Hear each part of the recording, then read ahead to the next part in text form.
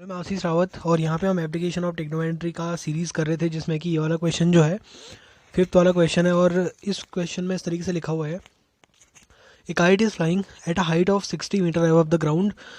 इसका मतलब यह है कि एक काइट है हमारे पास, एक पतंग है हमारे पास जो कि ग्राउंड से 60 मीटर की ऊंचाई पे उड़ रही है। बेसिकली ये जो पतंग है हमारे पास।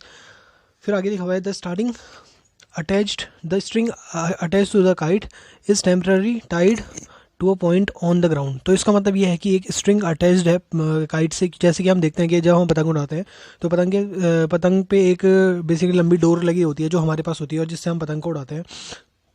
तो वही बात यहाँ पे की गई है, the string attach to the kite is temporarily tied to a point on the ground. लेकिन यहाँ पे ऐसा सिनेरियो है कि जो जो काइट पे स्ट्रिंग है बेसिकली वो हमने ग्राउंड पे बांध रखी है। बेसिकली जो काइट पे अभी हमारे पास स्ट्रिंग है।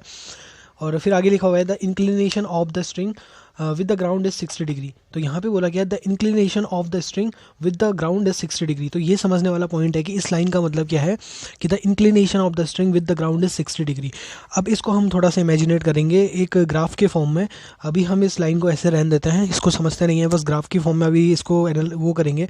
Find the length of the string assuming that there is no slack in the string. तो ये बोल रहा है कि जो स्ट्रिंग है उसकी लेंथ निकालनी है हमें। और इस तरीके से दिया हुआ है कि जो स्ट्रिंग है उसमें भी कोई भी स्लैक नहीं है, मतलब उसमें कोई भी उसमें मतलब वो पूरी तरीके से पूरी तरीके से एक सीधी रेखा में है, सीधी रेखा में स्ट्रिंग है, उसमें कोई भी ढीलापन नहीं है और वो सीधी रेखा में स्ट्रिंग जा रही है। तो इस लाइन का मतलब हमें निकालना है कि the inclination of the string with the ground is 60 degree. इसका मतलब हमें निकालना है और ग्राफ के फॉर्म में। और हाइट एंड डिस्टेंस को हम जैसे कि ट्राइंगल के फॉर्म में लिखते हैं तो हम इसे लिखेंगे। फिर तो हमारे पास ये क्वेश्चन है और इस क्वेश्चन को हमें लिखना है और किस तरीके से हम इसे ग्राफ फॉर्म में बनाएंगे, किस तरीके से हम इसे ट्रायंगल फॉर्म में बनाएंगे, ये यहाँ पे देखते हैं। स्टार्ट करते हैं इस क्वेश्चन को करना। और यहाँ पे हम इससे स्टार्ट करेंगे करने के लिए, और पहली लाइन से हम फिर से पढ़ेंगे और उसको एक फॉर्म में लिखेंगे, ट्राइंगल के फॉर्म में। A kite is flying at a height of 60 metre above the ground. तो इसका मतलब है कि एक काइट यहाँ पे ये काइट मैंने बना दिया यहाँ पे, और एक ग्राउंड से 60 मीटर की ऊंचाई पे यहाँ पे उड़ रही है। इसका मतलब है कि ये 60 मीटर की ऊंचाई है और यहाँ पे 60 मीटर की ऊंचाई है और ये ग्राउंड है हमारे पास। ये पूरा ग्राउंड है बेसिकली, ये पूरा ग्राउंड है और इससे 60 मीटर की ऊंचाई पे एक काइट उड़ रही है बेसिकली यहाँ पे। तो इसने बोला हुआ है the kite is temporary tied to the point on the ground. तो इसका मतलब है कि जो काइट है वो टेम्पररी एक पॉइंट पर ग्राउंड में उसको लगा दिया गया है। तो इसका मतलब यहाँ से काइट को उड़ा रहे हैं और यहाँ पे काइट को बांध दिया है। तो इस तरीके से यहाँ से ये डिस्टेंस निकलेगी, इस तरीके से यहाँ से ये वाली डिस्टेंस निकलेगी। तो ये वाली डिस्टेंस ही हमें निकालनी है। The inclination of the string, तो ये स्ट्रिंग है हमारे पास, ये जो काइट की जो स्ट्रिंग है, ये काइट की स्ट्रिंग है बेसिकली, और यहाँ पे ये ग्राउंड पे लगाई हुई है। और यहाँ पे बोला गया है the inclination of the string with the ground is 60 degree. तो जो काइट का जो स्ट्रिंग है उसका जो इंक्लिनेशन है ग्राउंड, तो ग्राउंड हमारे पास ये है। और इंक्लिनेशन ऑफ द स्ट्रिंग, तो काइट की जो स्ट्रिंग है वो हमारे पास ये है और जो ग्राउंड है बेसिकली वो ये है। तो inclination of the string with the ground is 60 degree. इसका मतलब ये है कि ये वाला जो एंगल है इनके बीच का, जो स्ट्रिंग है हमारे पास, स्ट्रिंग और ग्राउंड के बीच का जो एंगल है हमारे पास वो 60 डिग्री है। और जो काइट है वो 60 मीटर की ऊंचाई पे उड़ रही है यहाँ पे। तो इस तरीके से हमारे पास राइट एंगल ट्रायंगल बन चुका है। और इसमें हम फिर क्या करेंगे 10 और हमें निकालना है बेसिकली यहाँ पे जो स्ट्रिंग है। Find the length of the string assuming that there is no slack in the string. तो ये जो स्ट्रिंग है इसकी लेंथ हमें निकालनी है।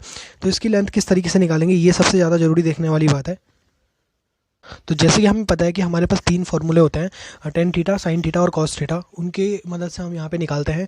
तो हम यहाँ पे क्वेश्चंस को देखते हैं। ये हमारे पास क्वेश्चन लिखा हुआ है, इसके साइड में हम सॉल्व करना स्टार्ट करते हैं यहाँ से ऐसे।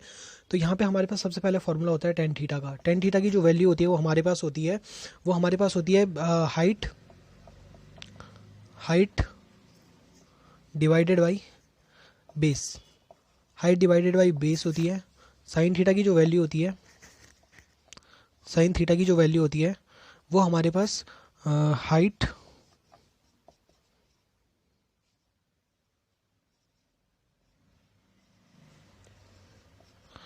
डिवाइडेड बाई हाइपोटेनियस होती है। हाइपोटेनियस का मतलब कर्ण होता है हिंदी में, और हाइट का मतलब तो लंब होता है हिंदी में। और कॉस थीटा की जो वैल्यू होती है हमारे पास बेस मतलब आधार, बेस डिवाइडेड बाई हाइपोटेनियस का मतलब होता है कर्ण। तो बेस डिवाइडेड बाई हाइपोटेनियस का मतलब है कि आधार डिवाइडेड बाई कर्ण। तो हम एक चीज़ देखते हैं कि यहाँ पे इन सारे फार्मूलाज में हम अपनी जो वैल्यूज़ हैं, यहाँ पे हमारे पास जो वैल्यू फाउंड करनी है, हमें हाइपोटेनियस की वैल्यू को फाउंड करना है अल्टीमेटली। और हमारे पास हाइट की वैल्यू दे रखी है। तो ऐसा कौन सा फॉर्मूला है जिसमें हाइट और हाइपोटेनियस दोनों के दोनों हमें मिल जाते हैं। तो हम यहाँ पे स्टार्टिंग से देंगे टेन थीटा का जो फॉर्मूला है उसमें हाइट और बेस हमारे पास है लेकिन हाइपोटेनियस नहीं है। तो ये वाला जो साइन थीटा का फॉर्मूला है इसमें हाइट भी और हाइपोटेनियस भी है। इसका मतलब है कि इस वाले क्वेश्चन में केवल हमारे पास साइन थीटा का फॉर्मूला लगेगा। तो साइन थीटा का फॉर्मूला लगेगा तो हम साइन थीटा की मदद से इस क्वेश्चन को करते हैं और स्टार्ट करते हैं साइन थीटा की मदद से इस क्वेश्चन को करना। तो साइन थीटा की वैल्यू 60 डिग्री है, तो साइन 60 डिग्री इक्वल्स टू हमारे पास होगा height divided by hypotenuse. Height की वैल्यू जो है हमारे पास 60 मीटर है, 60 divided by hypotenuse, 60 divided hypotenuse है। देन हमारे पास इसे इधर ही सॉल्व करेंगे तो साइन 60 की जो वैल्यू होती है हमारे पास √3/2 होती है, √3/2 साइन 60 की वैल्यू होती है और 60 डिवाइडेड बाई हाइपोटेनियस को हम x मान लेते हैं। तो इस तरीके से हमारे पास ये इक्वेशन बन जाती है और इस इक्वेशन को सॉल्व करने के बाद हमारे पास x की वैल्यू निकल जाएगी जो कि हाइपोटेनियस की वैल्यू होगी। तो यहाँ पे अगर हम सॉल्व करते हैं तो 120 डिवाइडेड बाई √3 आता है, क्योंकि हम यहाँ से 2 को इधर मल्टीप्लाई करते हैं और इसको इधर मल्टीप्लाई करते हैं और √3 को डिवाइड में लाते हैं। मैंने डायरेक्टली इसे कर लिया है। तो इस तरीके से हमारे पास बनता है इक्वेशन, इस तरीके से हमारे पास बनती है। अगर हम देखें यहाँ पे थोड़ा सा मिस हो गया था तो इस पे हम देखते हैं फिर से। यहाँ पे √3/2 है, साइन 60 की वैल्यू इक्वल्स टू 60/x करेंगे क्योंकि 60 जो है हमारे पास हाइट की वैल्यू है और हाइपोटेनियस की वैल्यू को हम x मानते हैं। तो इस तरीके से x का मल्टीप्लाई √3 के साथ होता है और 60 के साथ 2 का मल्टीप्लाई होता है तो 120 डिवाइडेड बाई √3 हो जाता है। तो x की जो वैल्यू निकलती है हमारे पास, √3 को हम अगर यहाँ पे काटना चाहें तो √3 को दोनों साइड मल्टीप्लाई करते हैं, डिनोमिनेटर में भी और न्यूमरेटर में, ताकि √3 जो है √3 के फॉर्म से निकल के एक सिंपल फॉर्म में आ जाए। तो √3 का दोनों साइड मल्टीप्लाई कर दिया हमने। अब √3 का दोनों साइड हमने जब मल्टीप्लाई कर दिया है तो इस तरीके से हम देखेंगे 120 √3 डिवाइडेड बाई 3 आ चुका है और फिर 3 से 120 को काटेंगे हमारे पास तो ये आएगा हमारे पास 40 √3। तो 40 √3 हमारे पास क्या आ गया, हाइपोटेनियस की वैल्यू, और यही हमारे पास आंसर है। ये हमारे पास आंसर है बेसिकली जो कि हाइपोटेनियस की वैल्यू है और ये हमारे पास फाइनल आंसर यहाँ पे आ चुका है। और इस क्वेश्चन